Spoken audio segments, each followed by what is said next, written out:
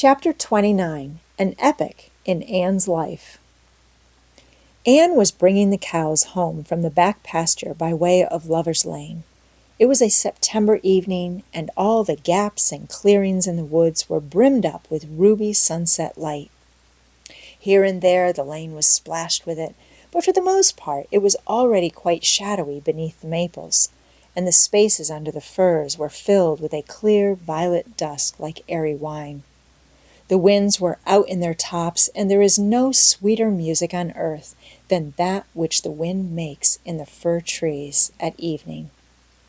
The cows swung placidly down the lane, and Anne followed them dreamily, repeating aloud the battle canto from Marmion, which had also been part of their English course the preceding winter, and which Miss Stacy had made them learn off by heart, and exulting in its rushing lines and the clash of spears in its imagery. When she came to the lines, the stubborn spearsmen still made good their dark, impenetrable wood. She stopped in ecstasy to shut her eyes that she might the better fancy herself one of that heroic ring. When she opened them again, it was to behold Diana coming through the gate that led into the berry field, and looking so important that Anne instantly divined there was news to be told. But betray too eager curiosity she would not. "Isn't this evening just like a purple dream, Diana? It makes me so glad to be alive. In the mornings I always think the mornings are best, but when evening comes I think it's lovelier still." "It's a very fine evening," said Diana. "But oh, I have such news, Anne. Guess. You can have 3 guesses." "Charlotte Gillis is going to be married in the church after all, and Mrs. Allen wants us to decorate it," cried Anne. "No, Charlotte's beau won't agree to that because nobody ever has been married in the church yet, and he thinks it would seem too much like a funeral. It's too mean because it would be such fun. Guess again." "Jane's mother is going to let her have a birthday party." Diana shook her head, her black eyes dancing with merriment. "I can't think what it can be," said Anne in despair, "unless it's that Moody Spurgeon Macpherson saw you home from prayer meeting last night, did he?" "I should think not!" exclaimed Diana indignantly. "I wouldn't be likely to boast of it if he did, the horrid creature. I knew you couldn't guess it. Mother had a letter from Aunt Josephine today, and Aunt Josephine wants you and me to go to town next Tuesday and stop with her for the exhibition. There!" "Oh, Diana!" whispered Anne, finding it necessary to lean up against a maple tree for support. "Do you really mean it? But I'm afraid Marilla won't let me go. She will say that she can't encourage gadding about. That was what she said last week when Jane invited me to go with them in their double-seated buggy to the American concert at the White Sands Hotel. I wanted to go, but Marilla said I'd be better at home learning my lessons, and so would Jane. I was bitterly disappointed, Diana. I felt so heartbroken that I wouldn't say my prayers when I went to bed. But I repented of that and got up in the middle of the night and said them." "I'll tell you," said Diana. "We'll get Mother to ask Marilla. She'll be more likely to let you go then, and if she does, we'll have the time of our lives, Anne. I've never been to an exhibition, and it's so aggravating to hear the other girls talking about their trips. Jane and Ruby have been twice, and they're going this year again." "I'm not going to think about it at all until I know whether I can go or not," said Anne resolutely. "If I did, and then was disappointed, it would be more than I could bear. But in case I do go, I'm very glad my new coat will be ready by that time. Marilla didn't think I needed a new coat. She said my old one would do very well for another winter and that I ought to be satisfied with having a new dress. The dress is very pretty, Diana, navy blue and made so fashionably. Marilla always makes my dresses fashionably now, because she says she doesn't intend to have Mathew going to Mrs. Lynde to make them. I'm so glad. It is ever so much easier to be good if your clothes are fashionable. At least it is easier for me. I suppose it doesn't make such a difference to naturally good people. But Mathew said I must have a new coat, so Marilla bought a lovely piece of blue broadcloth and it's being made by a real dressmaker over at Carmody. It's to be done Saturday night, and I'm trying not to imagine myself walking up the church aisle on Sunday in my new suit and cap, because I'm afraid it isn't right to imagine such things. But it just slips into my mind in spite of me. My cap is so pretty. Mathew bought it for me the day we were over at Carmody. It is one of those little blue velvet ones that are all the rage, with gold cord and tassels. Your new hat is elegant, Diana, and so becoming. When I saw you come into church last Sunday, my heart swelled with pride to think you were my dearest friend. Do you suppose it's wrong for us to think so much about our clothes? Marilla says it is very sinful, but it is such an interesting subject, isn't it? Marilla agreed to let Anne go to town, and it was arranged that Mr. Barry should take the girls in on the following Tuesday. As Charlottetown was 30 miles away, and Mr. Barry wished to go and return the same day, it was necessary to make a very early start. But Anne counted it all joy, and was up before sunrise on Tuesday morning. A glance from her window assured her that the day would be fine, for the eastern sky behind the firs of the haunted wood was all silvery and cloudless. Through the gap in the trees, a light was shining in the western gable of Orchard Slope, a token that Diana was also up. Anne was dressed by the time Mathew had the fire on and had the breakfast ready when Marilla came down, but for her own part was much too excited to eat. After breakfast, the jaunty new cap and jacket were donned, and Anne hastened over the brook and up through the firs to Orchard Slope. Mr. Barry and Diana were waiting for her, and they were soon on the road. It was a long drive, but Anne and Diana enjoyed every minute of it. It was delightful to rattle along over the moist roads in the early red sunlight that was creeping across the shorn harvest fields.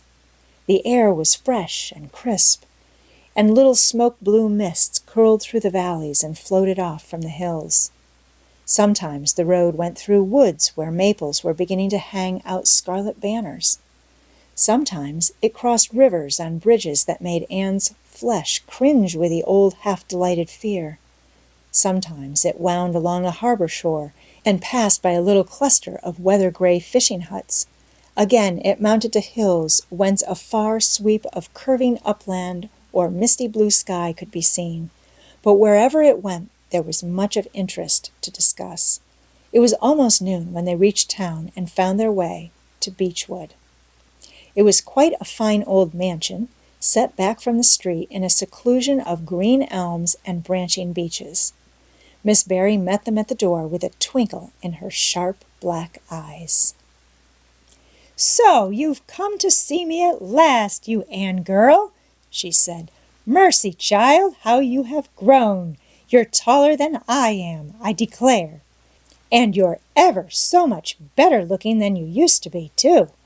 But I dare say you know that without being told." "Indeed, I didn't," said Anne radiantly. "I know I'm not so freckled as I used to be, so I've much to be thankful for, but I really hadn't dared to hope there was any other improvement. I'm so glad you think there is, Miss Barry." Miss Barry's house was furnished with great magnificence, as Anne told Marilla afterward. The two little country girls were rather abashed by the splendor of the parlor where Miss Barry left them when she went to see about dinner. "Isn't it just like a palace?" whispered Diana. "I never was in Aunt Josephine's house before, and I'd no idea it was so grand. I just wish Julia Bell could see this. She puts on such airs about her mother's parlor." "Velvet carpet," sighed Anne luxuriously, "and silk curtains. I've dreamed of such things, Diana, but do you know, I don't believe I feel very comfortable with them after all. There are so many things in this room, and all so splendid, that there is no scope for imagination. That is one consolation when you are poor. There are so many more things you can imagine about." Their sojourn in town was something that Anne and Diana dated from for years. From first to last, it was crowded with delights. On Wednesday, Miss Barry took them to the exhibition grounds and kept them there all day. "It was splendid," Anne related to Marilla later on. "I never imagined anything so interesting. I don't really know which department was the most interesting. I think I liked the horses and the flowers and the fancy work best. Josie Pye took first prize for knitted lace. I was real glad she did, and I was glad that I felt glad, for it shows I'm improving. Don't you think, Marilla? When I can rejoice in Josie's success? Mr. Harmon Andrews took second prize for Gravenstein apples, and Mr. Bell took first prize for a pig. Diana said she thought it was ridiculous for a Sunday school superintendent to take a prize in pigs, but I don't see why. Do you? She said she would always think of it after this when he was praying so solemnly. Clara Louise McPherson took a prize for painting, and Mrs. Lynde got first prize for homemade butter and cheese. So Avonlea was pretty well represented, wasn't it?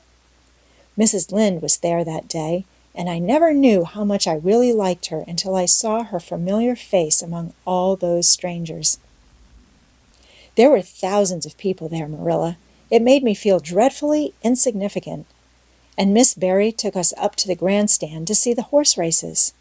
Mrs. Lynde wouldn't go. She said horse racing was an abomination, and she, being a church member, thought it her bounden duty to set a good example by staying away. But there were so many there, I don't believe Mrs. Lynde's absence would ever be noticed. I don't think, though, that I ought to go very often to horse races, because they are awfully fascinating. Diana got so excited that she offered to bet me 10 cents that the red horse would win. I didn't believe he would, but I refused to bet, because I wanted to tell Mrs. Allen all about everything, and I felt sure it wouldn't do to tell her that. It's always wrong to do anything you can't tell the minister's wife. It's as good as an extra conscience to have a minister's wife for your friend. And I was very glad I didn't bet, because the red horse did win. And I would have lost 10 cents. So you see, that virtue was its own reward. We saw a man go up in a balloon. I'd love to go up in a balloon, Marilla. It would be simply thrilling. And we saw a man selling fortunes. You paid him 10 cents, and a little bird picked out your fortune for you. Miss Barry gave Diana and me 10 cents each to have our fortunes told. Mine was that I would marry a dark-complected man who was very wealthy, and I would go across water to live. I looked carefully at all the dark men I saw after that, but I didn't care much for any of them, and anyhow, I suppose it's too early to be looking out for him yet. Oh, it was a never-to-be-forgotten day, Marilla. I was so tired I couldn't sleep at night. Miss Barry put us in the spare room, according to promise. It was an elegant room, Marilla, but somehow sleeping in a spare room isn't what I used to think it was. That's the worst of growing up, and I'm beginning to realize it. The things you wanted so much when you were a child don't seem half so wonderful to you when you get them. Thursday, the girls had a drive in the park, and in the evening Miss Barry took them to a concert in the Academy of Music, where a noted prima donna was to sing. To Anne, the evening was a glittering vision of delight. Oh, Marilla, it was beyond description. I was so excited I couldn't even talk, so you may know what it was like. I just sat in enraptured silence. Madame Selitsky was perfectly beautiful and wore white satin and diamonds. But when she began to sing, I never thought about anything else. Oh, I can't tell you how I felt, but it seemed to me that it could never be hard to be good anymore. I felt like I do when I look up to the stars. Tears came into my eyes, but oh, they were such happy tears. I was so sorry when it was all over, and I told Miss Barry I didn't see how I was ever to return to common life again. She said she thought if we went over to the restaurant across the street and had an ice cream, it might help me. That sounded so prosaic, but to my surprise, I found it true. The ice cream was delicious, Marilla, and it was so lovely and dissipated to be sitting there eating it at 11 o'clock at night. Diana said she believed she was born for city life. Miss Barry asked me what my opinion was, but I said I would have to think it over very seriously before I could tell her what I really thought. So I thought it over after I went to bed. That is the best time to think things out. And I came to the conclusion, Marilla, that I wasn't born for city life and that I was glad of it. It's nice to be eating ice cream at brilliant restaurants at 11 o'clock at night once in a while. But as a regular thing, I'd rather be in the East Gable at 11 sound asleep, but kind of knowing even in my sleep that the stars were shining outside and that the wind was blowing in the firs across the brook. I told Miss Barry so at breakfast the next morning, and she laughed. Miss Barry generally laughed at anything I said, even when I said the most solemn things. I don't think I liked it, Marilla, because I wasn't trying to be funny, but she is a most hospitable lady and treated us royally. Friday brought going home time, and Mr. Barry drove in for the girls. "Well, I hope you've enjoyed yourselves," said Miss Barry as she bade them goodbye. "Indeed we have," said Diana. "And you, Anne girl?" "I've enjoyed every minute of the time," said Anne, throwing her arms impulsively about the old woman's neck and kissing her wrinkled cheek. Diana would never have dared to do such a thing and felt rather aghast at Anne's freedom, but Miss Barry was pleased, and she stood on her veranda and watched the buggy out of sight. Then she went back into her big house with a sigh. It seemed very lonely, lacking those fresh young lives. Miss Barry was a rather selfish old lady, if the truth must be told, and had never cared much for anybody but herself. She valued people only as they were of service to her or amused her. Anne had amused her, and consequently stood high in the old lady's good graces. But Miss Barry found herself thinking less about Anne's quaint speeches than of her fresh enthusiasms, her transparent emotions, her little winning ways, and the sweetness of her eyes and lips. "I thought Marilla Cuthbert was an old fool when I heard she'd adopted a girl out of an orphan asylum," she said to herself. "But I guess she didn't make much of a mistake after all. If I'd a child like Anne in the house all the time, I'd be a better and happier woman." Anne and Diana found the drive home as pleasant as the drive in. Pleasanter, indeed, since there was the delightful consciousness of home waiting at the end of it. It was sunset when they passed through White Sands and turned into the shore road. Beyond, the Avonlea hills came out darkly against the saffron sky. Behind them, the moon was rising out of the sea that grew all radiant and transfigured in her light. Every little cove along the curving road was a marvel of dancing ripples. The waves broke with a soft swish on the rocks below them, and the tang of the sea was in the strong, fresh air. "Oh, but it's good to be alive and to be going home," breathed Anne. When she crossed the log bridge over the brook, the kitchen light of Green Gables winked her a friendly welcome back, and through the open door shone the hearth fire, sending out its warm red glow athwart the chilly autumn night. Anne ran blithely up the hill and into the kitchen, where a hot supper was waiting on the table. "So you've got back," said Marilla, folding up her knitting. "Yes, and oh, it's so good to be back," said Anne joyously. "I could kiss everything, even to the clock, Marilla. A broiled chicken! You don't mean to say you cooked that for me?" "Yes, I did," said Marilla. "I thought you'd be hungry after such a drive and need something real appetizing. Hurry and take off your things, and we'll have supper as soon as Mathew comes in. I'm glad you've got back, I must say. It's been fearful lonesome here without you, and I never put in 4 longer days." After supper, Anne sat before the fire between Mathew and Marilla and gave them a full account of her visit. "I've had a splendid time," she concluded happily, "and I feel that it marks an epoch in my life.